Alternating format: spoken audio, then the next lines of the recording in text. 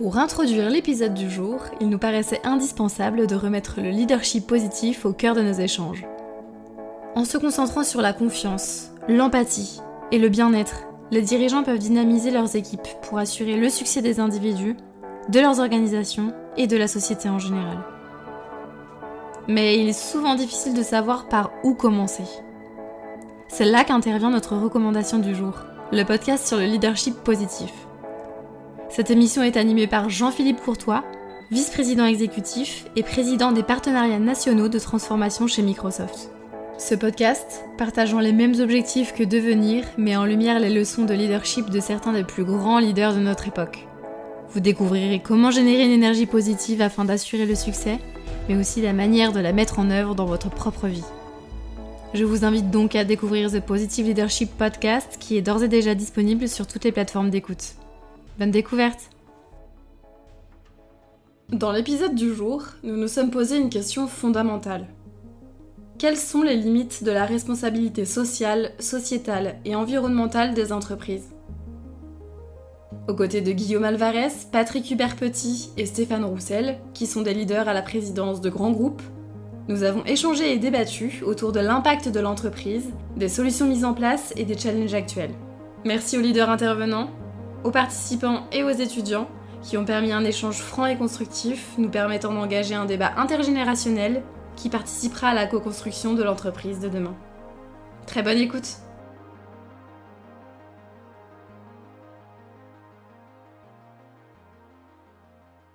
Mon nom est Guillaume Alvarez.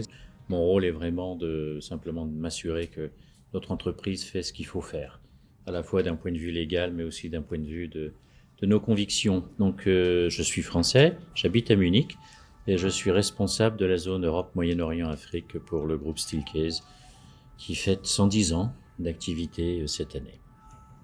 Merci. Patrick. Patrick Hubert-Petit, donc comme Pierre l'a indiqué, j'ai été associé de KPMG pendant une trentaine d'années où j'ai exercé des responsabilités managériales en France et à l'international et surtout en charge d'un portefeuille en audit et conseil de sociétés importantes, notamment côté.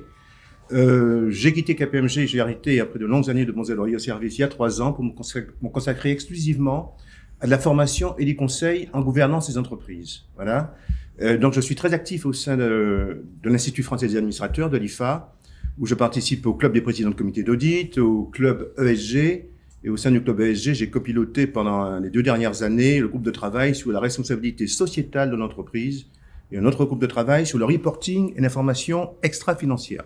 Voilà. Sinon, je suis administrateur d'organisations à but non lucratif, notamment 2 fondations, et senior advisor d'une organisation qui œuvre à la formation, au développement et à l'accompagnement des femmes entrepreneurs du continent africain qui s'appelle Women in Africa. Merci Patrick. Stéphane. Stéphane Roussel, donc j'ai formation psychologue, j'ai un parcours un peu atypique puisque au début je me destinais plutôt à m'occuper des enfants psychotiques. Puis finalement, je suis arrivé en entreprise où j'ai été DRH d'entreprises très différentes comme Xerox, Carrefour, puis Vivendi. Et puis après, j'ai eu la chance qu'on me propose d'aller vers l'opérationnel, où j'étais PDG d'SFR avant la vente à Patrick Drahi, puis PDG de Gameloft. Et puis là, effectivement, après, j'ai managé un peu en transversal toutes les business de Vivendi, donc Canal, la musique, etc. Et puis, j'ai gardé ma casquette RH. J'ai eu la chance d'ailleurs d'avoir Pierre en président du comité de gouvernance qu'on préparait ensemble, puisqu'il y a le côté opérationnel et le côté administrateur. Et effectivement, tous ces sujets sont au cœur de mon activité, puisque maintenant je suis président de la fondation de Vivendi, puis j'ai également des engagements en dehors. Je suis président d'entreprise pour la cité que Pierre, avec Claude Bébéard et Henri Lachmann, avait créé, qui regroupe toutes les innovations sociétales des entreprises, en particulier du CAC 40. Je suis également président de We Take Care, qui est un peu l'émanation d'Emmaüs sur l'exclusion digitale. Puis également président de l'hôpital américain. Ça n'a rien à voir, mais quand même. On m'a confié la présidence pour des questions de gouvernance, justement. Comment réussir à animer des médecins avec des administratifs. Voilà. Donc je suis un peu nomade, j'ai plein de choses, mais voilà. Le but, c'est de partager cette expérience avec vous. Voilà. Alors, messieurs, je vous propose peut-être pour démarrer cette session de nous aider à mieux comprendre, à délimiter le champ de la responsabilité sociale et environnementale des entreprises. Peut-être, je ne sais pas dans quel ordre, je vais vous demander de nous donner la définition que vous considérez comme acceptable de cette notion de RSE, peut-être en insistant sur l'une des dimensions, soit sociale, soit environnementale. Je vais commencer peut-être par Patrick. Merci Mirabel. Peut-être pour moi, il y a un certain nombre de définitions de la RSE. Pour moi, la RSE, c'est le fait que l'entreprise prenne en considération dans sa stratégie, dans ses politiques et dans ses actions, l'ensemble des enjeux qui sont liés aux dimensions environnementales, sociales, sociétales et éthiques. Et ce, afin, d'une part, de respecter les exigences réglementaires et législatives, ça c'est la compliance à la hard law, mais également les recommandations de la soft law, du style Code AFEP-MEDEF, quand on est coté, mais surtout, pour moi, afin qu'elle puisse jouer pleinement son rôle d'agent économique responsable et d'entreprise citoyenne. C'est un peu ma définition de la RSE. Guillaume, peut-être vous avez envie d'insister sur une autre dimension où vous allez... Non, je pense que c'est tout à fait correct. Je rajouterais simplement peut-être le fait que les entreprises ont toutes leur bagage, leur ethos, leur culture propre. La nôtre étant d'origine familiale, il y a plus d'un siècle, mais aux États-Unis, on vient bien entendu sur tous ces sujets avec une réflexion un peu différente. Et donc je rajouterai un élément important qui est la pérennité du succès de l'entreprise, qui est quelque chose dont on parle pas très souvent quand on parle d'ESG, mais je pense que le point de départ, c'est qu'il faut quand même être une entreprise qui se développe, qui a du succès et qui engrange suffisamment de profit pour pouvoir faire des choses utiles pour ses collaborateurs et pour les communautés. Donc je rajouterai cette dimension-là et j'en rajouterai une deuxième à l'autre bout qui est une dimension d'authenticité.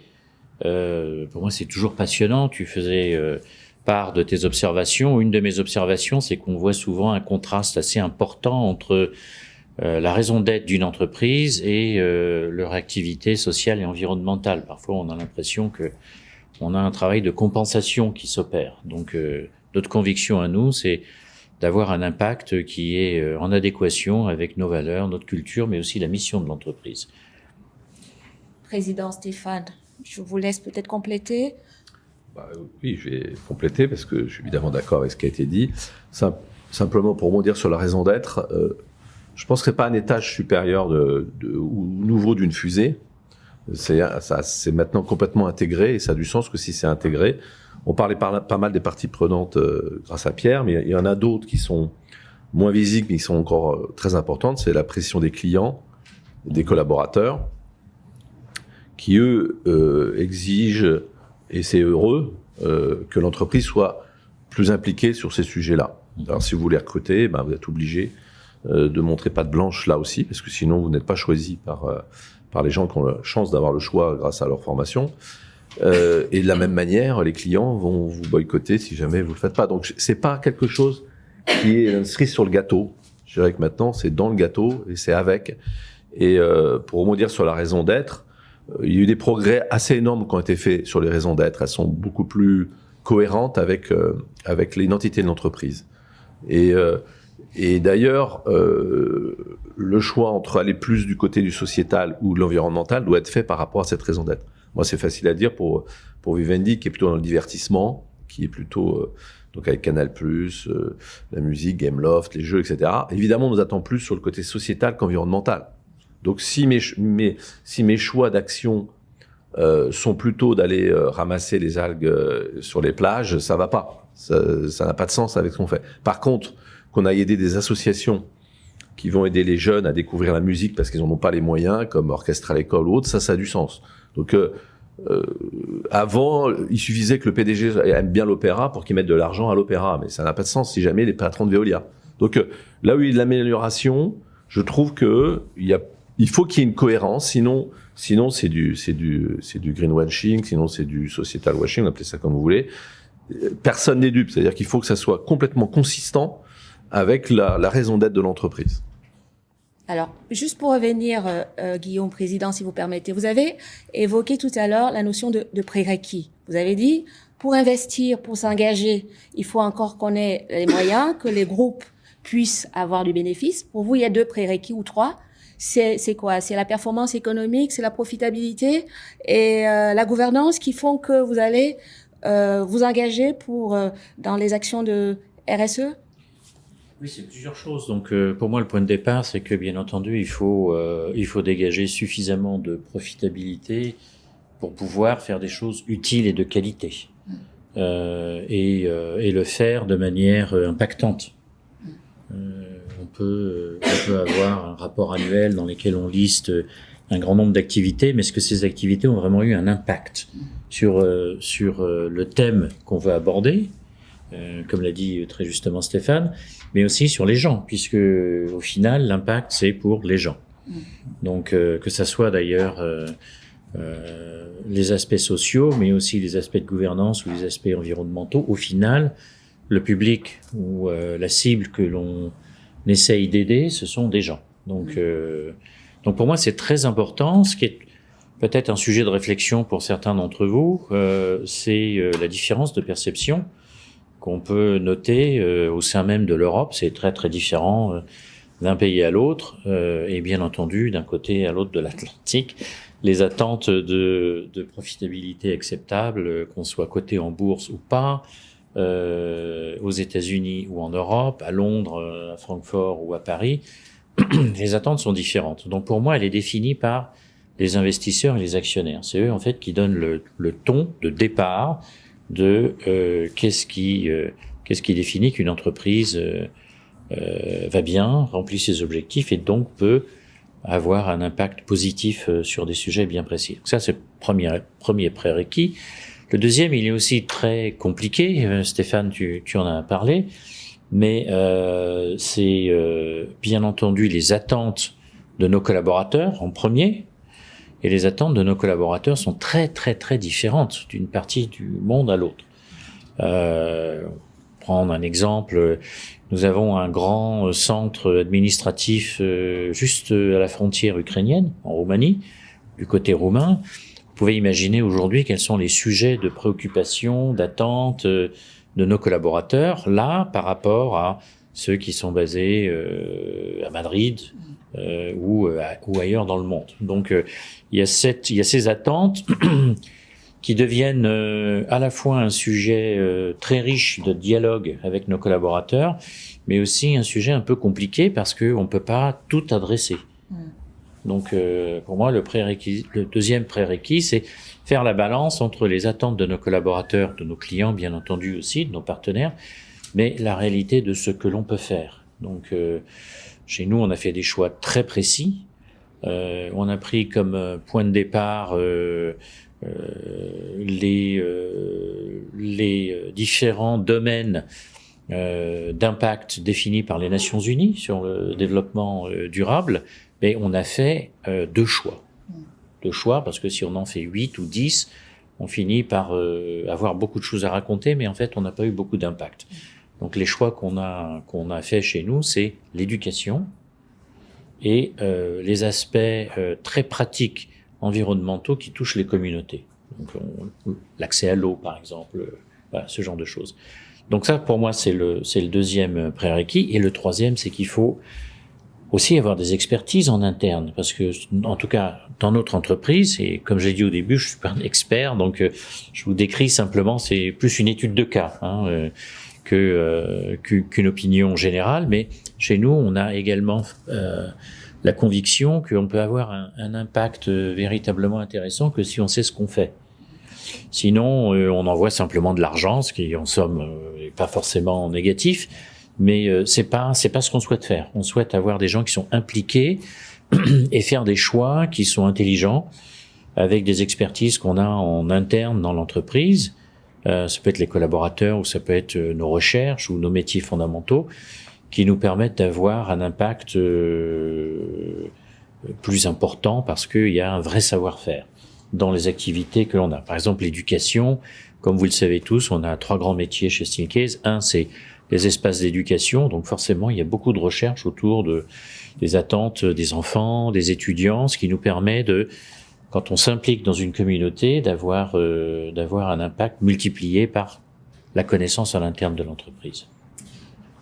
Patrick, tout à l'heure, on parlait de la base, des collaborateurs qui remontent au niveau des conseils, leur centre d'intérêt. Et est-ce que vous avez observé, du point de vue du board, que les questions revenaient vraiment par le bas, ou alors à l'intérieur des centres des conseils, c'est traité d'abord entre vous? Qu'est-ce que vous pouvez dire à ce sujet-là?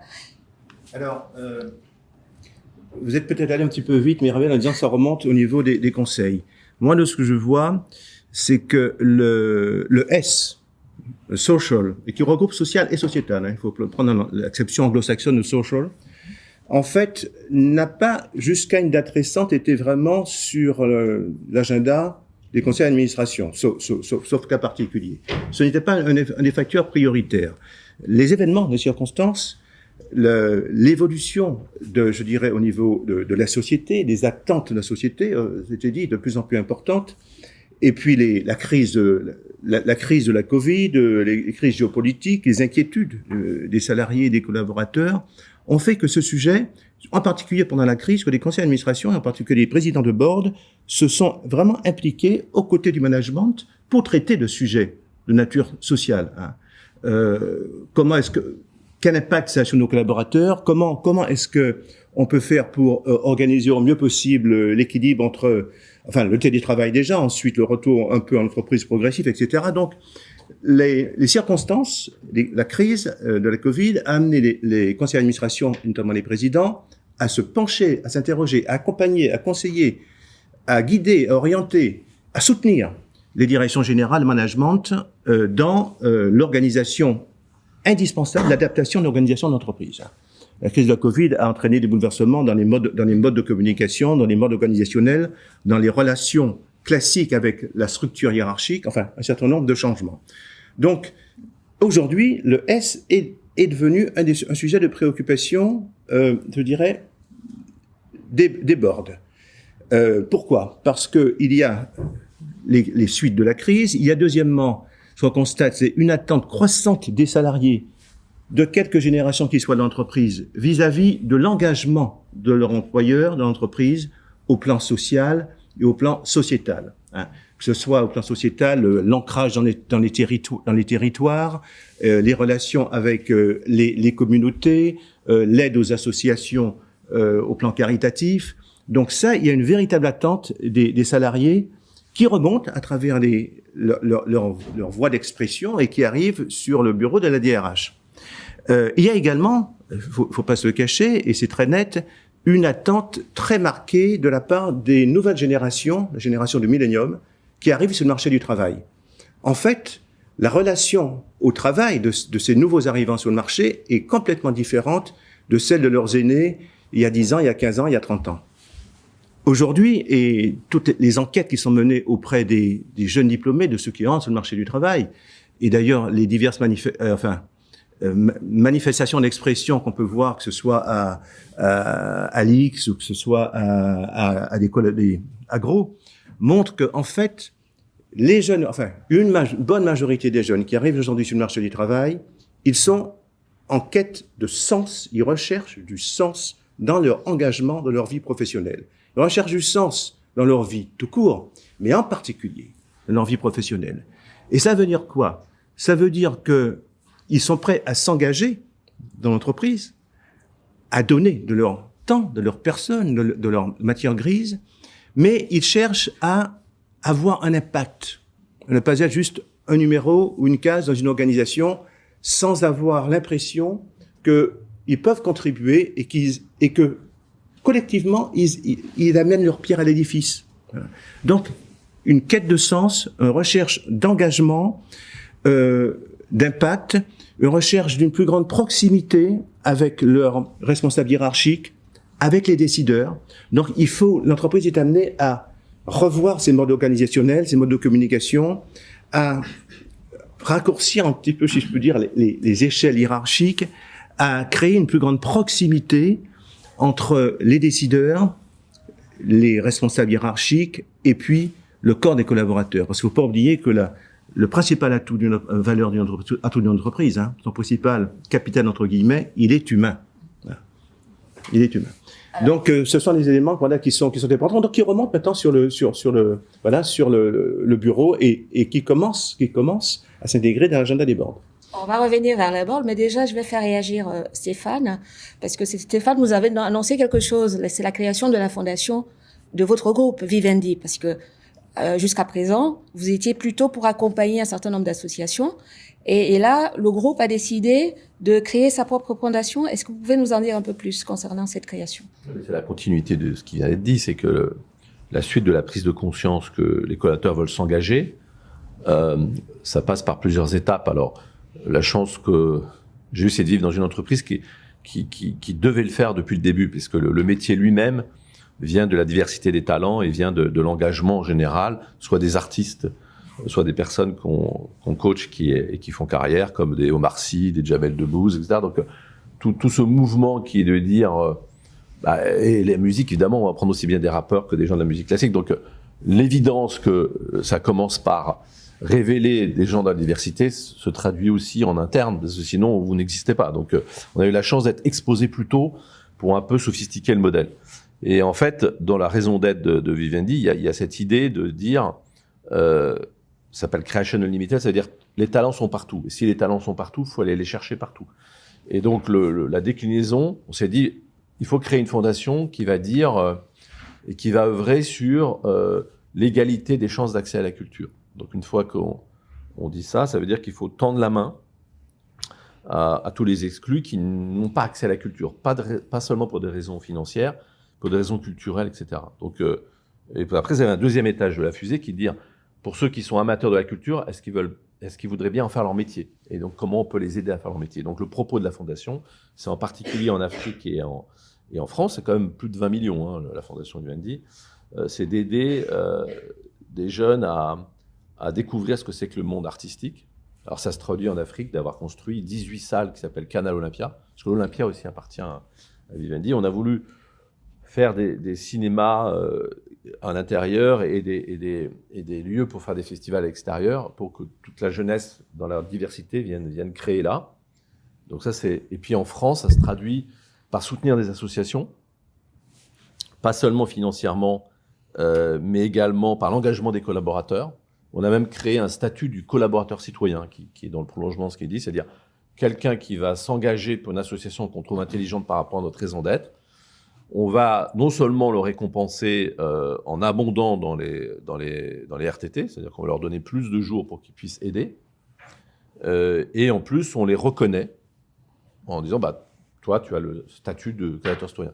Et je proposais même au ministre du Travail que j'ai vu récemment de dire mais ça serait encore mieux s'il y avait une triangulaire et si que l'État reconnaissait aussi l'engagement des collaborateurs dans l'entreprise pour que ça soit pas d'un côté l'État, de l'autre côté l'entreprise et puis les autres associations. C'est que tous ces trois mondes-là devraient s'associer pour que la valorisation des gens qui s'engagent pour aider les exclus soit reconnue par toutes les parties prenantes. Donc le propos de la Fondation Vivendi, c'est d'aller jusque-là. C'est-à-dire que voilà. Et puis j'ai accepté présider une commission interministérielle sur le mentorat, c'est-à-dire de trouver 100 000 mentors dans les entreprises pour aider 100 000 jeunes exclus.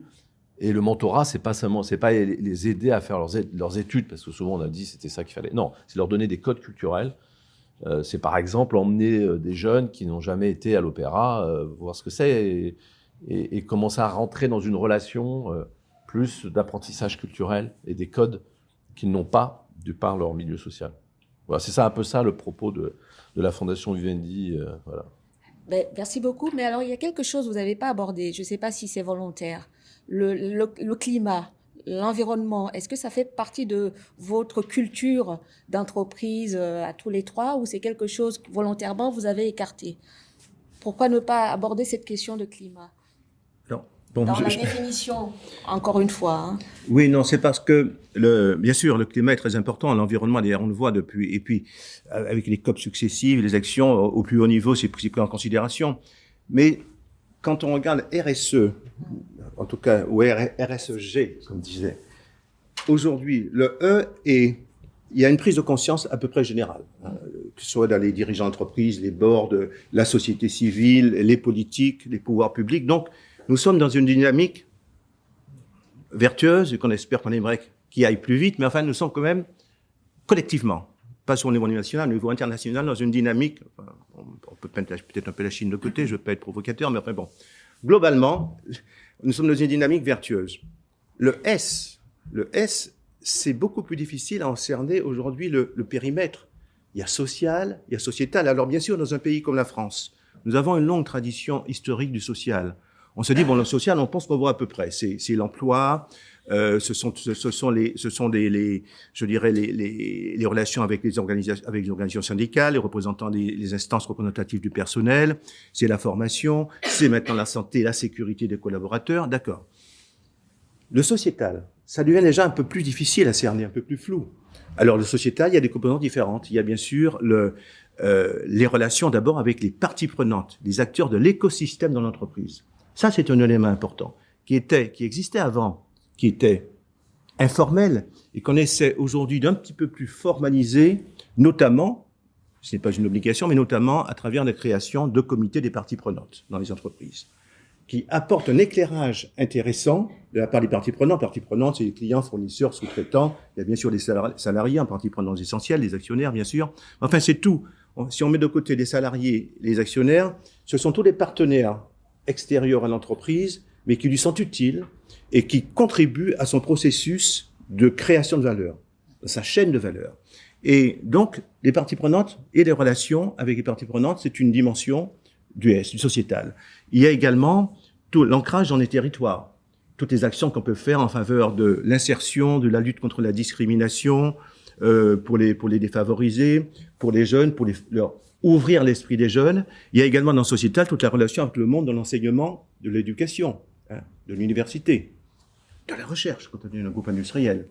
Donc, on a il y a également toutes les relations avec les organisations, les associations caritatives, les associations de quartier. Et pendant la crise de la Covid, on l'a vu, des entreprises qui ont découvert et qui ont aidé, et que ce soit financièrement ou à travers leurs produits, notamment les entreprises de la grande distribution, de distribution de produits alimentaires aux plus démunis, aux plus défavorisés. Donc, ces relations avec la société civile qui attend de plus en plus de l'entreprise, hein, l'État n'a plus aujourd'hui le monopole de l'intérêt général.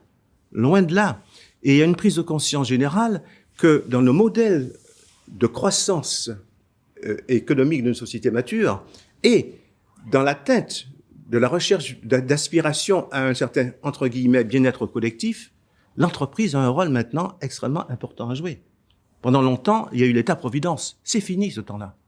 Donc, la société civile, les citoyens, attendent de l'entreprise qu'elle contribue quelque part, non seulement à leur donner un emploi, c'est le côté social, mais à leur bien-être collectif.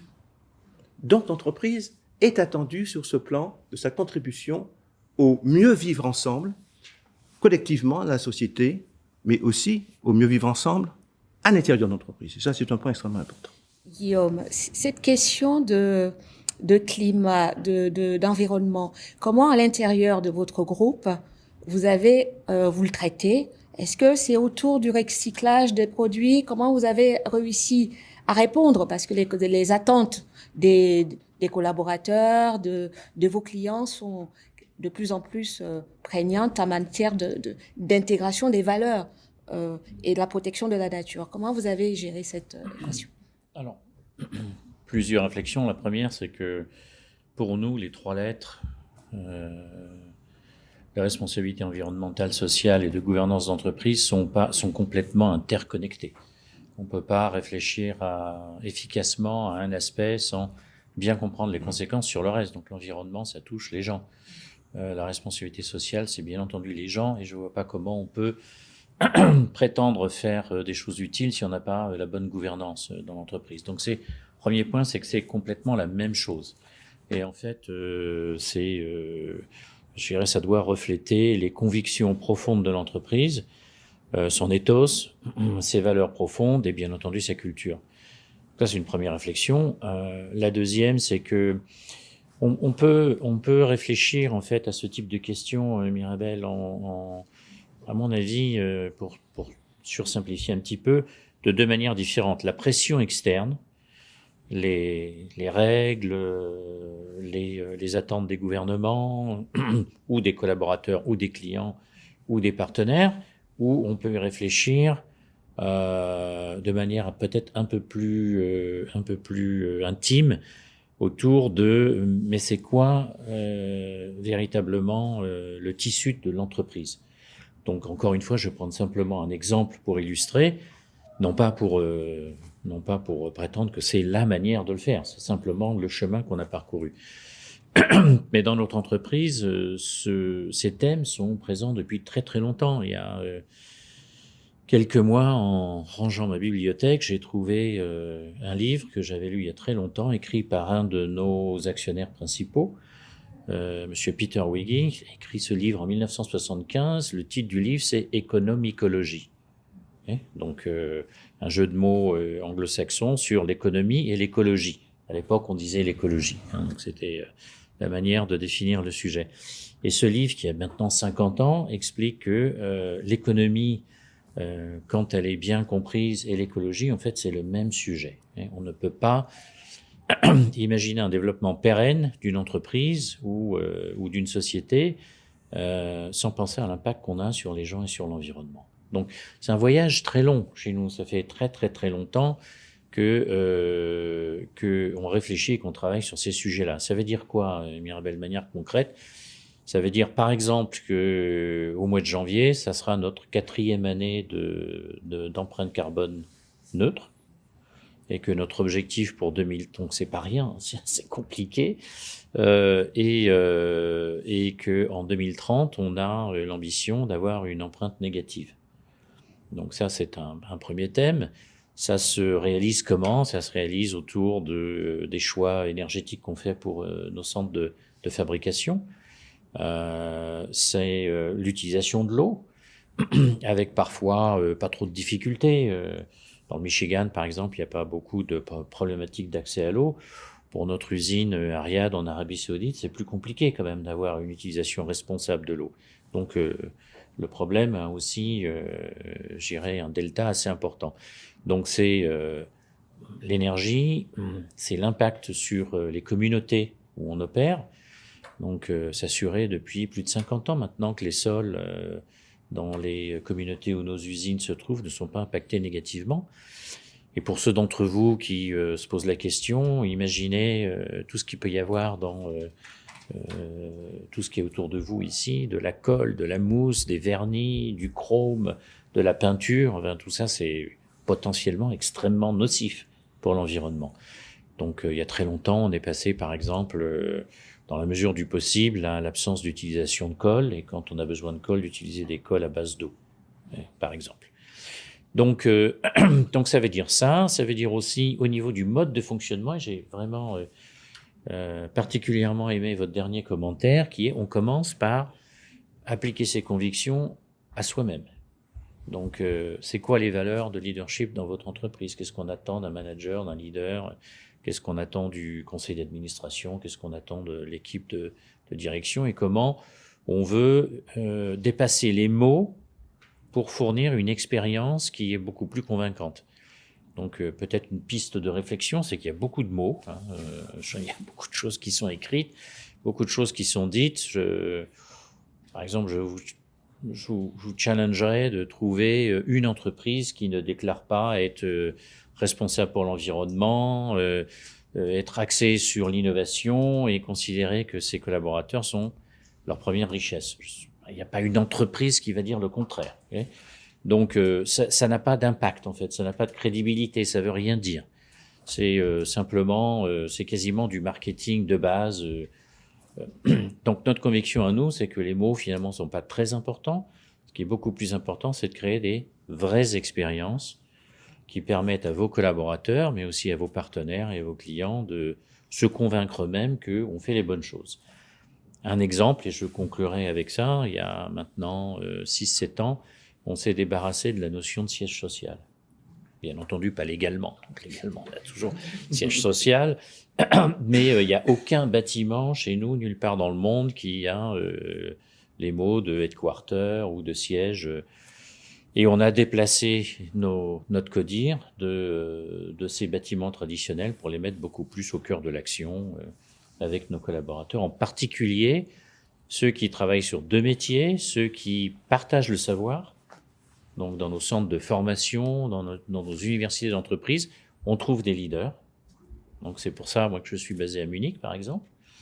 Le deuxième lieu où on retrouve les autres membres du comité de direction international, c'est dans les lieux d'innovation, où c'est particulièrement difficile de trouver des nouvelles idées qui sont utiles. C'est-à-dire, on peut trouver plein de nouvelles idées, mais est-ce qu'on solutionne un véritable problème humain utile? Donc, nos équipes de direction sont là, et non pas dans les bâtiments où traditionnellement on a des fonctions comme la finance, les ressources humaines, etc., où on trouve en règle générale des gens extrêmement compétents qui ont moins besoin peut-être de la présence du CODIR. Donc je cite cet exemple simplement pour dire on peut déclarer des choses ou on peut les faire, mais les faire c'est quand même beaucoup plus impactant pour que les gens avec qui on est en contact tirent leurs propres conclusions de l'impact qu'une entreprise peut avoir. Pierre, tu voulais Je crois réagir? que c'est tout à fait intéressant d'entendre les divergences et les convergences entre une entreprise B2B qui fabrique des produits qu'elle vend à d'autres entreprises, style Case, et une entreprise de service comme Vivendi. Oui, avec des points communs, bien sûr, puisque c'est l'action, parce que c'est vrai que vous avez raison, maintenant ça devient une tarte à la crème de dire première force, c'est les ressources humaines, les clients doivent être satisfaits, heureusement. Donc maintenant, il faut des preuves, et d'ailleurs, il faut des preuves pour les clients, des preuves pour les collaborateurs. Et pour rejoindre sur la première question du climat, alors on a la chance, nous, on est sur les 40 du CAC 40, on est le dernier pollueur. Mais ce n'est pas parce qu'on est extraordinaire, c'est que notre métier lui-même n'est pas polluant. Donc essayer d'y appliquer les mêmes règles est absurde. C'est pour ça que on penche plutôt du côté sociétal. Ça ne veut pas dire qu'on ne fait rien, mais il a suffi de faire 2 actions. Hein. C'est, le Covid nous a appris, grâce au télétravail, qu'il y a quand même pas mal de voyages qui ne servaient à rien, il faut être clair. Par contre, je continue à dire que le présentiel est important. C'est-à-dire qu'à mon avis, il faut moins de présentiel, mais plus intense. Et quand les gens se rencontrent, c'est plus en workshop qu'en réunion d'information. Donc je pense que le Covid a été très utile là. C'est-à-dire qu'on dit on ne va pas reprendre les voyages comme avant. On les a divisés par 3 à peu près, 3-4. Donc déjà, nous, ça a un impact énorme, puisque c'était la principale action qu'il fallait faire pour réduire. Et on ne s'en porte pas plus mal. Donc il y a moins de voyages, mais par contre, beaucoup plus préparés, beaucoup plus à travailler ensemble, etc.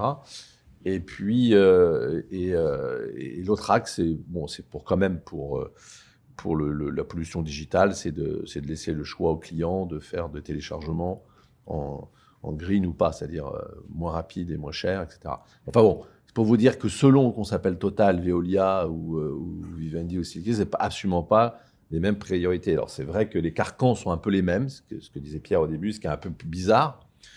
Mais ce qui s'améliore quand même, pour être positif, c'est qu'on va mesurer le progrès plutôt que la valeur absolue. Parce que sinon, nous, on aurait à chaque fois la médaille d'or du moins pollueur, mais on n'a pas de mérite. Parce qu'on n'est pas Total, on n'est pas Veolia. Donc on va plutôt nous dire, vous étiez à cet niveau, comment vous avez fait progresser? Et c'est vrai, alors c'est plus dur de mesurer les sociétales. Et c'est pour ça peut-être qu'aussi, malheureusement, tout le monde s'est précipité sur l'environnemental, qui est plus facile à mesurer. Quitte à ce pour certains vous racontent qu'ils sont à déjà neutralité carbone, parce qu'ils ont racheté le droit de la neutralité carbone. Non pas par les actions qu'ils ont fait en interne, mais parce qu'ils ont planté des arbres ailleurs, etc., pour rattraper toute la pollution qu'ils font à côté. Donc, ce n'est pas le cas de Steelcase, bien sûr, mais il y en a beaucoup qui font ça. Donc ça, c'est bon, ok, on achète la neutralité carbone. Donc, faut faire attention. Dans le sociétal, c'est plus compliqué, parce que c'est plus difficilement mesurable, mais à mon avis, c'est plus fort pour, encore une fois, impliquer les collaborateurs et embarquer les clients. Mais c'est vrai qu'on en a un peu à la préhistoire, parce que le prouver est plus long. Dire, mais est-ce que c'est bien, pas bien, c'est pas comme mesurer votre taux de pollution. Et c'est pour ça que c'est adressé de manière plus complexe. Mais heureusement, on a rajouté dans les différents comités, vous savez, Pierre a dessiné brièvement, synthétiquement, ce qui se passe dans un conseil de surveillance ou un conseil d'administration. Avant, vous aviez un comité d'audit qui était sans doute le plus fort, Puis au fur et à mesure, le comité nomination, rémunération, qui maintenant rajouté de gouvernance, devient au moins aussi important. Et ça, c'est plutôt... Mais c'est rajouté des lettres. Il s'occupe de tout ça. Et on en a rajouté un qui s'appelle RSE. Et c'est quand même heureux. Ça veut dire que là, on rééquilibre. Avant, il n'y avait que le comité d'audit et donc la finance qui drivait l'entreprise, en fait. Là, vous avez un équilibre qui fait que vous avez quand même... donc, moi, je suis assez optimiste, à l'exception près de la volonté de normer d'un point de vue mondial des choses qui ne sont pas normables. Donc, c'est ça le risque. Il faut laisser l'intelligence situationnelle et le respect de chaque identité et chaque entreprise. C'est ça qui n'est pas facile pour les auditeurs qui cherchent à trouver une martingale avec laquelle on mesurerait tout le monde, ce qui, à mon avis, est fou. Mais bon, ça, c'est un autre sujet. Mais ça va devenir un sujet très, très, très important. Vous n'avez pas abordé la question, me semble-t-il, des actionnaires et le rythme entre le temps d'exécution, de réalisation de vos engagements RSE et les attentes de vos actionnaires de l'autre côté. Comment vous arrivez à tenir et à les faire attendre pour pouvoir justement cocher la bonne case, si je puis dire? Alors, Mirabel, vous mettez le doigt sur un point très important. Les horizons de temps ne sont pas les mêmes selon qu'on est dans une optique financière ou économique, qui a prévalu jusqu'à récemment, et selon qu'on est dans le domaine, entre guillemets, de l'extra-financier. Je n'aime pas trop ce terme parce que de toute façon, tout ce qui est RSE se traduit en termes financiers. Mais bien, je dirais par simplification, aujourd'hui, on dit qu'il y a le financier classique, on connaît la rentabilité, la profitabilité, la croissance, etc. Et puis, il y a l'extra-financier qui regroupe cet RSE et les aspects climatiques. Les horizons de temps ne sont pas les mêmes. Au plan financier, je prends l'exemple de sociétés cotées en bourse. Les groupes familiaux sont différents ou sociétés cotées en bourse. L'investisseur, il attend un rendement court-moyen terme. Lorsque vous faites un investissement dans l'environnement, en matière sociétale, d'abord, l'environnement, les retours sont beaucoup plus longs. On est en horizon 2030, voire 2050. Donc, c'est quand même un horizon de temps qui dépasse celui des investisseurs financiers classiques. Deuxièmement, sociétal, c'est difficilement mesurable, comme vous l'avez dit. Par contre, c'est très important. Ça contribue. Les politiques sociétales d'une entreprise contribuent à ses facultés, ses capacités d'attractivité et de rétention des talents. Donc, mais tout ça ne se mesure pas directement. Ce sont des effets induits indirects. Et donc, nous sommes sur des horizons de temps de moyen-long terme sur la RSE et de court-moyen terme. Et encore, je mets le moyen terme, court-moyen terme, plutôt court terme et moyen terme entre parenthèses, au plan financier des investisseurs. Donc, effectivement, le conseil, et c'est son rôle, le conseil est chargé de veiller à la pérennité de l'entreprise et à son développement. Il doit concilier ces horizons de temps dans à la fois ses décisions et dans ses orientations et la guidance qu'il donne au management. Et c'est pas facile. Et on ne peut pas tout faire au plan de la RSE. Et je rebondis sur ce que vous disiez, un des prérequis. Il n'y a pas de politique RSE valable et efficace si l'entreprise n'a pas les moyens financiers de supporter ces politiques financières. Il ne faut pas se tromper de débat. Cash is king. Cash reste king. Sans argent, on ne fait rien, y compris au plan de la RSE. Donc, il faut que l'entreprise soit solide financièrement, rentable, pour qu'elle puisse s'offrir les moyens de ses ambitions au plan de la RSE, avec des horizons de temps différents. Mais ce n'est pas parce que ce n'est pas mesurable quantitativement facilement qu'il ne faut pas s'efforcer et que le Conseil ne doit pas s'efforcer d'avoir des indicateurs qui lui remontent. Un reporting régulier du management sur les actions qui sont faites dans le domaine RSE. Bien sûr, il y aura du qualitatif, du descriptif sur ce qui a été fait, mais il faut aussi arriver à intégrer quelques éléments quantitatifs. Si vous prenez le social, les indicateurs souvent usuels, c'est de se dire quel est mon turnover, quel est mon taux d'accident de travail, quel est mon taux d'absentéisme. Ce sont des petits indicateurs qui, rassemblés ensemble, s'ils sont négatifs, s'ils ne sont pas bons, donnent quand même quelque part une tonalité. Au plan sociétal, au plan social et social également, l'enquête qu'on fait régulièrement, que les entreprises assez importantes font régulièrement auprès des salariés, pour prendre la température, voir un petit peu le people survey, comme on dit en bon français. La synthèse de ces people survey, dans lequel sur les questions ouvertes. Il y a des axes de progrès qui sont indiqués par les collaborateurs de tout niveau, sont intéressants pour le management et, en synthèse, doivent remonter sur le bureau du board, de conseil d'administration. Ça, c'est un élément important. Donc, il y a un certain nombre, les enquêtes qui peuvent être faites par un tiers indépendant auprès des parties prenantes, pour voir un petit peu quelle est la qualité de la relation, comment ils perçoivent l'entreprise. Est-ce que les parties prenantes, celle-là, a des idées pour développer des axes de coopération complémentaires? Autant d'éléments qui permettent l'image de l'entreprise. L'image, et les entreprises ont tout intérêt, les grandes entreprises l'ont, d'avoir des capteurs d'image, que ce soit internes ou en payant des spécialistes externes, qui traquent l'image que l'entreprise est en train de développer à travers les différents médias de communication qui existent, y compris sur les réseaux sociaux.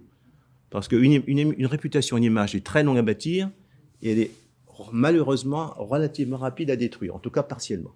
Donc autant d'éléments, si vous voulez, qui font que les horizons de temps sont différents, mais que tant le management, parce qu'ils sont dans le même bateau, management et conseil d'administration, tant le management, la direction générale que le conseil, doivent s'efforcer de concilier et en même temps d'expliquer et de communiquer au marché, en particulier quand on est coté, les actions qu'on fait, le fait que le retour sur investissement sera sur du moyen et long terme, mais que c'est profitable. Et il ne suffit pas de le dire, il faut pouvoir amener quelques éléments du style enquête de satisfaction, enquête d'image faite sur le marché. Oui, je pense. C'est pas facile de mesurer, mais c'est pas impossible non plus. Donc quelques exemples, déjà d'alignement des objectifs. Chez nous, une bonne partie de la rémunération de notre CODIR est liée à l'atteinte d'un certain nombre d'objectifs de diversité, d'équité, de progrès environnemental, etc. Donc c'est mesurable, pas toujours à l'année. Il y a des objectifs qui sont sur 3 ans, 5 ans, donc avec des systèmes d'accumulation, je dirais, de revenus potentiels. Donc il y a des choses qui sont rémunérées à l'année, d'autres qui sont rémunérées au bout de 3 ans, au bout de 5 ans, pour justement ne pas se focaliser simplement sur ce qui est mesurable immédiatement. Donc ça, c'est significatif et ça crée tout de suite quand même un alignement beaucoup plus facile entre les différents membres des différentes fonctions qui gèrent une entreprise, le PDG et bien entendu le conseil d'administration. Donc ça, c'est un exemple. Le deuxième, c'est qu'on peut aussi se donner des objectifs très clairs. Au début, je mentionnais qu'on a fait nos choix à l'intérieur du menu proposé par les Nations Unies autour de l'inflexion du développement durable. On a fait 2 choix autour de l'éducation et de l'environnement dans les communautés dans lesquelles on opère. Mais on s'est fixé un objectif aussi de graduellement s'assurer que la très grande majorité de nos actions cadrent avec cet objectif-là.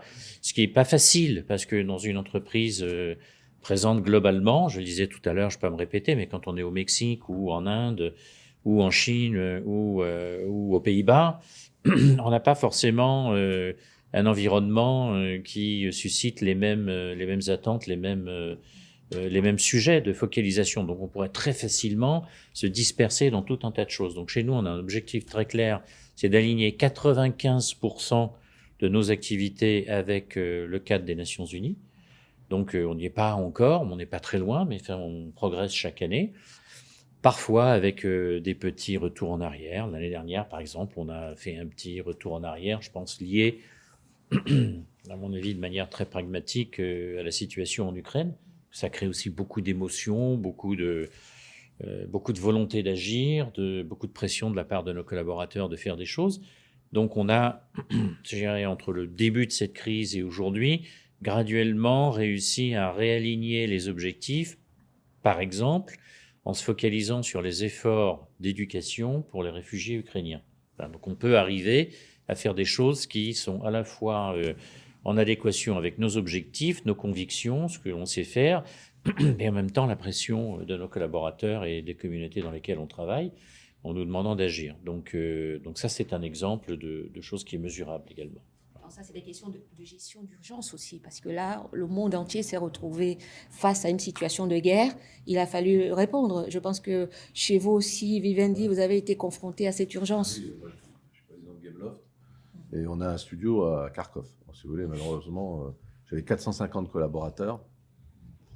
C'était très... Il y en a un qui est décédé à 22 ans quand même. Donc, La seule réponse qu'on a pu faire en urgence, parce que dans ces cas-là, vous ne savez pas quoi faire, hein, c'était de les payer, genre envoyer de l'argent, quoi, en leur disant, bah, vous faites argent. Il y en a beaucoup qui voulaient continuer à travailler pour oublier la guerre, et comme on sortait du Covid, ils pouvaient travailler de chez eux, en fait.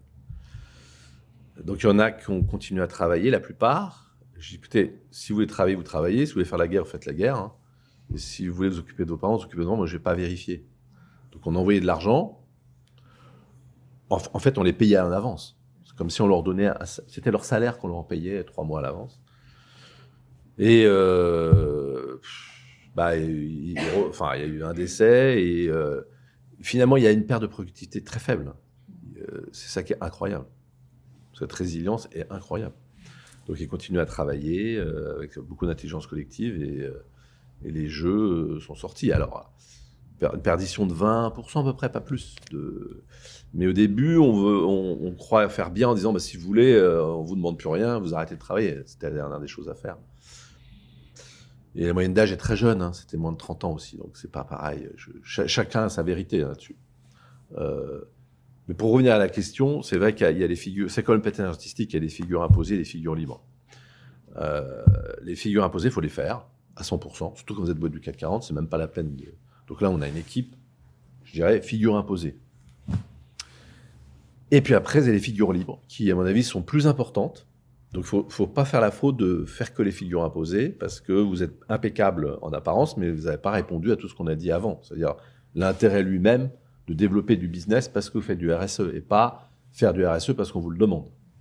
Et les figures libres, là, ça dépend de tellement de critères, de culture d'entreprise, de comment les dirigeants voient l'affaire. Moi, j'ai la chance d'être une entreprise qui donne beaucoup d'argent pour les figures libres, parce que c'est comme ça que se crée la différence. Évidemment, dans les métiers de divertissement, si vous n'êtes pas toujours en avance, ça ne va pas. Et on prend souvent les exemples des grandes entreprises, mais finalement, ceux qui montrent le plus l'exemple de tout ça, c'est les startups plutôt. D'abord parce que la chance qu'ils ont, c'est que cash n'est pas king pour eux. C'est-à-dire que les investisseurs, quand ils mettent de l'argent dans pas mal de startups, ils n'attendent pas de résultats avant. C'est ça un peu le contrario.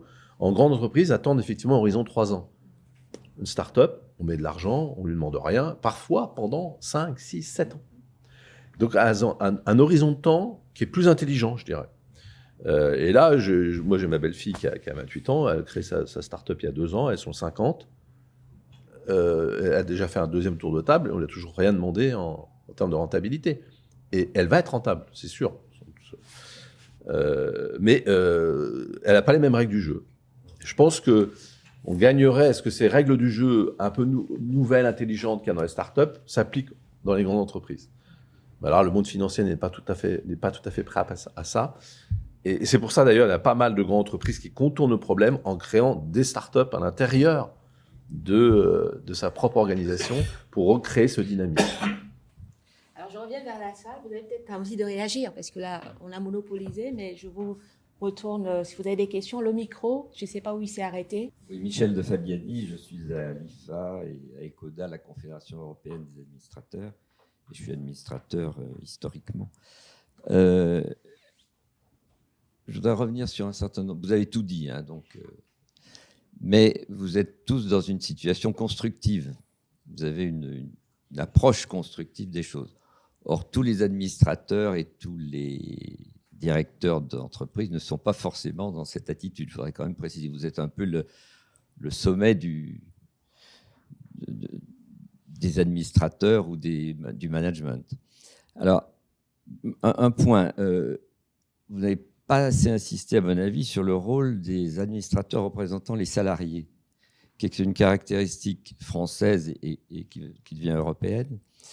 Car si on traite bien l'administrateur représentant des salariés comme les autres, c'est-à-dire à égalité d'information, de préparation, de formation, de conciliabule, de petit déjeuner, de déjeuner, de dîner, etc., il apporte beaucoup. Et la loi, d'ailleurs, renforce, puisque maintenant, il y en aura 2 ou 3 selon la taille des conseils. Alors, je signale d'ailleurs que certaines entreprises se limitent à 8 ou 9 administrateurs pour ne pas en avoir 2 au lieu d'1. Bon, il faut qu'on joue le jeu, comme ça a été dit. Hein, bon. très important, et c'est une caractéristique européenne aussi, de bien traiter la représentation des salariés. Je voudrais être un peu provocateur, parce que jusqu'à maintenant, les conseils d'administration, jusqu'à il y a 10 ans, pour simplifier, le board entérinait ce que le management proposait. Je caricature, mais ça a changé. Et on est dans une situation, et le Covid a beaucoup aidé d'ailleurs, et les crises comme l'Ukraine ou d'autres, c'est une cohabitation et c'est une co-construction du management et du conseil d'administration qui est en train de se faire. Donc tout sujet doit aller au conseil d'administration, quel qu'il soit, parce que son impact peut être négatif ou positif.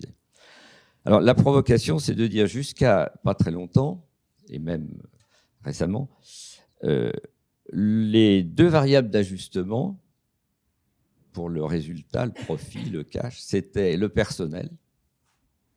N'oubliez pas qu'on mettait en pré-retraite, c'est historique, mais ça a continué, à 52 ans déjà, et puis après un peu plus tard. C'était un acte considéré comme positif pour l'entreprise. Et deuxièmement, les fournisseurs. Les appels d'offres étaient vraiment drastiques. C'est celui qui arrivait à 1 centime de moins qui passait. Donc ces deux notions qui n'arrivaient pas tellement au conseil, sauf qu'au conseil, on leur disait bon, on ferme cette usine, mais ce n'est pas grave, c'est très bien parce que ça améliore la rentabilité et on en construit une ailleurs qui coûte beaucoup moins cher. Tout ça, c'est remis en cause. Et il faut qu'on en ait conscience.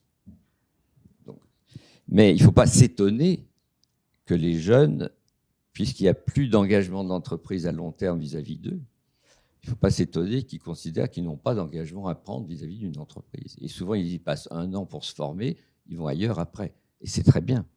C'est la rançon de la situation. Vous avez parlé de course.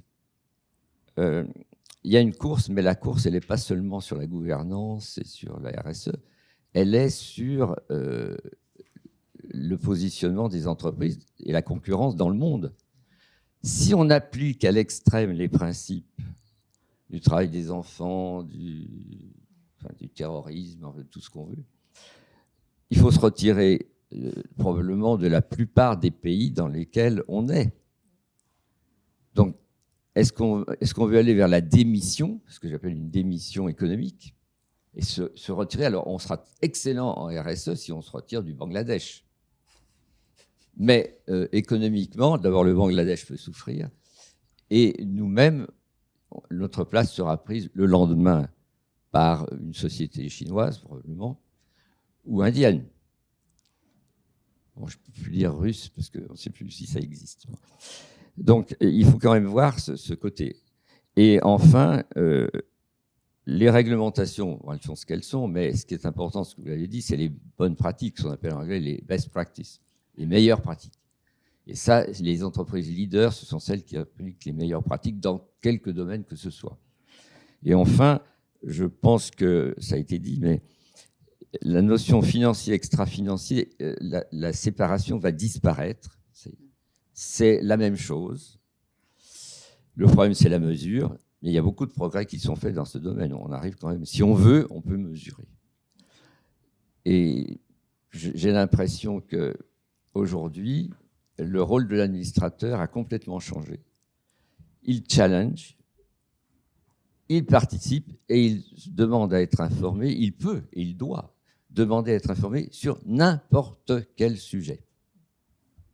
Et un petit sujet trivial d'un sous-fournisseur qui a 3 personnes au Bangladesh peut avoir des répercussions aussi importantes sur l'impact médiatique, sur l'impact social à l'intérieur de l'entreprise que la fermeture d'une usine. Bon, alors, est-ce que ça veut dire qu'on ne veut plus fermer d'usine, qu'on ne peut plus clore des activités? C'est un point d'interrogation. Donc, je crois que ça a été dit, mais c'est très important. Il faut qu'on ait un certain réalisme et qu'on explique quand on ferme, pourquoi on le fait. Ce n'est pas seulement pour réduire les coûts, parce qu'avant c'était ça, soyons honnêtes. C'est parce qu'il y a des conséquences environnementales, parce qu'on va faire mieux ailleurs, parce que. Voilà, je voulais simplement rappeler que le conseil d'administration est maintenant à égalité avec le management et ensemble, pas séparés. Stéphane va vous répondre. Complet, parce que je suis d'accord avec l'analyse. On revient sur la notion d'intelligence collective, c'est-à-dire qu'effectivement, avant, on séparait de manière artificielle les rôles. C'est vrai que moi, j'ai la chance d'être dans une situation où parfois je suis chairman et pas CEO, chairman et CEO ou que CEO. Donc je vois un peu le truc. Et chez Gameloft, j'ai chairman et CEO. Et c'est vrai que là, vous devez avoir les deux casquettes, de prendre du recul et en même temps de mettre la main dans le cambouis avec tout le monde. C'est sans doute le modèle, à mon avis, pour une certaine taille d'entreprise, sans doute le modèle le meilleur parce que vous n'êtes pas déconnecté et en même temps, vous êtes celui qui doit prendre du recul. Dès que l'entreprise est plus grande, parce que les enjeux sont énormes et parce qu'il faut faire confiance à un ensemble, je trouve que le système dissocié est quand même meilleur. Avec un conseil qui prend du recul stratégique et avec un CEO qui est concentré sur l'opérationnel, ça n'empêche pas ils ont intérêt à travailler ensemble. Enfin, c'est assez sain quand même de séparer les deux, surtout de tout ce qu'on vient de dire. Il y a tellement de parties prenantes à satisfaire qu'un seul homme, même, il ne peut pas le faire, en fait. Et puis, il y a le côté, être que chairman, c'est être loin des trucs quand l'établissement est plus petit, c'est bizarre. C'est le cas je suis chairman de l'hôpital américain, mais moi, je me mêle de choses qui sont dans le détail. Parce que la taille fait que ça serait absurde de rester loin. Donc là, j'ai dû, par exemple, transiger sur... on a vu deux infirmières qui se sont filmées avec TikTok dans leur voiture avec des propos racistes. Alors, certes, il n'y a pas marqué hôpital américain derrière, mais enfin, tout le monde savait qu'elles étaient hôpital. Donc, une qui a 32 000 followers. J'ai dit, non, il faut la sortir. Parce que le management hésitait, je suis président, j'ai dit, non, c'est pas possible. Mais vous êtes obligé d'aller dans le détail, comme vous dites. Vous pouvez pas, vous êtes trop exposé médiatiquement pour que vous dites, non, moi je suis loin de ça, je vais laisser les opérationnels décider. Non, quand c'est compliqué, vous décidez. Voilà, vous décidez, même si vous n'êtes finalement que le chairman. Donc ça, je suis d'accord avec vous. Mais finalement, je reviens à l'intelligence collective et à votre deuxième propos, qui est l'apparition des représentants des salariés. J'avoue qu'au tout début, j'étais inquiet. Et en fait, à tort, parce que c'est le même système. Si vous les embarquez, automatiquement, ils sont mieux éduqués. Ils comprennent mieux l'ensemble des enjeux et pas que les enjeux sociaux. Et ils comprennent tous les autres enjeux, donc ils sont plus responsables dans la manière après manager. Pour eux, c'est pas facile. Parce qu'ils sont obligés de jouer le rôle de dire, bah oui, mais vous savez, auprès de ceux qui votent pour eux, oui, mais ce qu'ils disent, la direction, c'est pas complètement fou parce que... Donc c'est pour eux que c'est très dur. Donc il faut les former. Mais les former pas seulement techniquement, mais en termes relationnels, de comment être entre les deux. Surtout en France, on caricature tellement énormément le rôle de partenaires sociaux. Eux-mêmes, d'ailleurs, s'auto-caricaturent. Alors, une fois qu'ils découvrent la réalité, parce qu'ils ne la découvrent pas avant d'apparaître, puisqu'on les forme à des trucs invraisemblables par les centrales. Donc, quand ils découvrent la vérité, s'ils sont un peu intelligents, la plupart sont intelligents quand même, ils disent « Ah oui, d'accord, c'est un peu plus compliqué. Comment je vais faire pour naviguer là-dedans ?» Mais finalement, ça fonctionne. Et à tel point que nous, on en a 4 au lieu de 2 obligatoires. Parce qu'on voyait plus d'avantages à mettre tout le monde dedans, pour éviter que celui qui raconte n'importe quoi, parce qu'il n'est pas au courant, il vaut mieux le mettre avec soi, parce que là, il ne peut plus raconter n'importe quoi, parce qu'il sait. Il ne peut pas faire semblant de ne pas savoir. Donc, ça a plus d'avantages que d'inconvénients. C'est très important, ce rôle d'administrateur salarié. D'ailleurs, on avait fait il y a 4-5 ans à l'IFA, toute l'après-midi, avec table ronde, etc., sur ce rôle. Et vous avez raison d'insister sur le difficile positionnement de l'administrateur salarié. Parce qu'il est membre du conseil à part entière, normalement. Il est tenu à la confidentialité des débats, etc. Mais il est nommé par les instances représentatives. Et donc, ils attendent qu'en retour, qu'il leur communique aux instances représentatives et syndicats, etc., des informations qu'il ne peut pas communiquer. Et là, si vous me passez l'expression, le cul entre deux chaises. Et c'est une position extrêmement inconfortable. Et tous les administrateurs salariés qu'on a interviewés, qu'on a connus, disaient, et parce qu'ils se font, remonter les bretelles, me passer l'expression une fois de plus, par leur mandat, enfin par les instances qui les ont nommés, ils savent qu'ils ne peuvent pas communiquer, qu'ils sont liés au secret, à la confidentialité des débats, et donc ils sont dans une position très très inconfortable pendant leur durée de mandat. Et quand ils ont terminé leur mandat, un certain nombre d'entre eux disaient même, on a du mal parfois ils restent en entreprise, ils sont salariés, mais à se repositionner, à retrouver quelque chose, parce qu'on est vu un peu avec voilà, c'est un peu un genre avec une casquette, enfin, et donc c'est presque un sacerdoce quand quelqu'un est administrateur salarié. Les autres sont jaloux. Et les autres, Parce que certains touchent 3 fois leur salaire sur 4 réunions au lieu de ce qui se touche en 1 an de travail. Et donc leur cher collègue leur dit oh, t'es gentil, toi tu vas. C'est pas facile, hein. Mais il y en a qui se débrouillent très très bien quand même. Mais je suis tout à fait d'accord avec les propos de Michel Fabiani, qui n'a pas dit d'ailleurs dans sa présentation qu'il présidait le comité de nomination et rémunération au sein de l'IFA. Enfin, du club qui travaille sur ces problématiques. Donc il est bien placé pour avoir une vision très large. Guillaume voulait aussi réagir parce que... Quelques éléments de contribution pragmatiques. Je suis absolument d'accord avec tout ce qui a été dit. Et une des approches que l'on utilise, c'est de casser un peu les codes des rituels normatifs. C'est-à-dire, au lieu d'avoir juste la réunion, avec juste le nombre de personnes, on fait autre chose. On fait ça, mais on fait plus. Ouais. Parce que ça permet en fait d'éviter d'avoir cette espèce de focus... malheureusement, qui va venir naturellement, c'est de 8h à telle heure, c'est une fois tous les 6 mois, c'est sur ces sujets-là. Donc, on élargit le champ, à la fois du temps qui est passé, mais aussi des sujets qu'on aborde, ce qui nous permet d'être à la fois en conformité avec les attentes, mais aussi finalement de faire du travail plus intelligent. Donc, toutes les grandes décisions sont discutées et en général, on ne va pas dire co-gérées parce que ça serait une vision, je dirais, extrémiste, un peu naïve, mais en tout cas, elles sont accompagnées avec une compréhension et souvent avec des suggestions qui sont très intéressantes. Alors, moi, j'ai la chance de participer à ce type d'activité dans tous nos pays européens, donc en Allemagne, en France, en Espagne, partout où on est, en République tchèque. Donc, finalement, il y a beaucoup plus de choses en commun que de choses différentes. Ce qui est différent, c'est les rituels et les normes. Mais fondamentalement, tout ce qui touche à l'humain, c'est-à-dire des collaborateurs qui veulent faire quelque chose d'utile, qui veulent comprendre, qui veulent se former, qui veulent s'assurer que l'entreprise va se développer, va être pérenne, va prendre les bonnes décisions. Il n'y a aucune différence. Je n'ai pas eu l'occasion d'intervenir dans une quelconque instance de dialogue social où les gens n'avaient pas ça en tête. Donc ça, c'est commun. C'est des valeurs humaines, des attentes humaines profondes. Après, donc, les rituels nous amènent parfois à faire les choses d'une certaine manière. Donc, on a la possibilité de faire autrement. C'est le premier commentaire. Le deuxième, c'est que, oui, pour reprendre votre exemple du Bangladesh, c'est compliqué, mais on peut aussi agir. Donc, par exemple, chez nous, on a un programme d'audit et de certification, pas seulement pour nos sous-traitants, mais pour les sous-traitants de nos sous-traitants. Donc après, on est quand même on est éloigné après de ce qui se passe. Donc on a des équipes qui ne font que ça, qui s'assurent à tous les niveaux, que ce soit au niveau humain, mais aussi au niveau environnemental, au niveau de la gouvernance, que les gens avec qui on travaille font ce qu'il faut, comme il faut, etc., quel que soit dans le monde.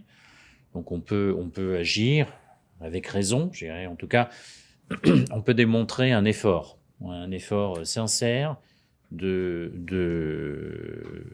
contrôle dans la chaîne d'approvisionnement. Et dernier élément, donc cette question de est-ce qu'il faut quitter tous les pays où on est un peu challengé sur les modes de fonctionnement de ces sociétés et nos valeurs à nous.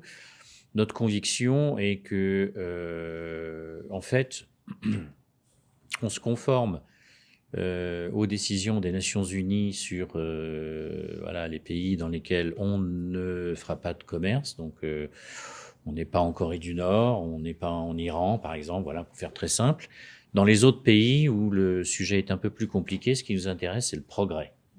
Est-ce qu'on peut avoir un impact positif sur nos collaborateurs et les communautés dans lesquelles on est? Donc, en Chine, par exemple, c'est des programmes de formation, de bien-être, de développement professionnel, d'impact plus que positif sur l'environnement par rapport aux pratiques habituelles dans les villes où on fabrique. Donc voilà, ce qui nous intéresse dans ces pays-là, c'est de pouvoir mesurer qu'on a eu un impact positif et continu. Et la Russie, qu'est-ce que vous avez fait? Quelle est la position de votre groupe par rapport à la Russie? Alors la Russie, vous êtes parti? L'invasion de l'Ukraine, c'est un peu comme ces moments du 11 septembre où on se rappelle où on était, ce qu'on faisait. Donc, j'étais chez moi à Munich un jeudi soir, quand je vois ce qui se passe sur les nouvelles. Et le dimanche, on avait pris la décision d'arrêter de faire des affaires en Russie. Donc, la décision simple, rapide, claire. On a bien entendu aidé nos collaborateurs en leur proposant déjà du travail ailleurs. Alors, ce qui était intéressant, c'est qu'il y avait exactement 100% de collaborateurs qui avaient envie de rester chez nous, mais ailleurs. Donc, on a fait ça. Par contre, s'extraire de l'environnement légal de la Russie, on n'a pas encore fini. Donc, il y a une différence entre on fait plus d'affaires et on peut se sortir d'une toile d'araignée ultra compliquée. Voilà. C'est vrai que c'est... Alors, juste pour rebondir là-dessus, évidemment, nous, on est sortis, compte tenu de ce que j'ai dit sur l'Ukraine, je voyais mal comment on allait rester en Russie, sur Gameloft. Donc, on est sortis tout Vivendi, mais il y a un truc compliqué, c'est qu'on a aussi comme filiale Havas, qui est une agence de pub, et il y a le cas où les clients d'Havas ne sortent pas.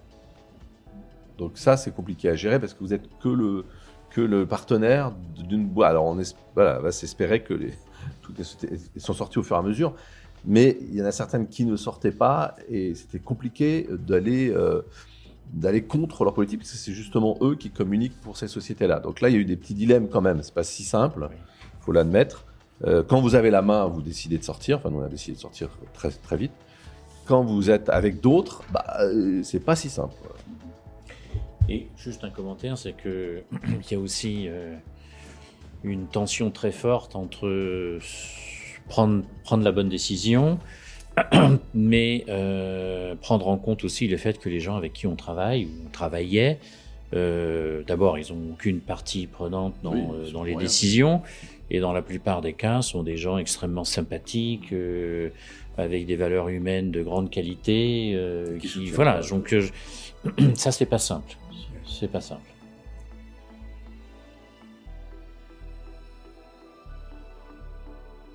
Si vous aussi vous souhaitez participer aux échanges entrepris dans le cadre des Leaders Masterclass, retrouvez toutes les informations sur www.leadersmasterclass.fr. À très vite.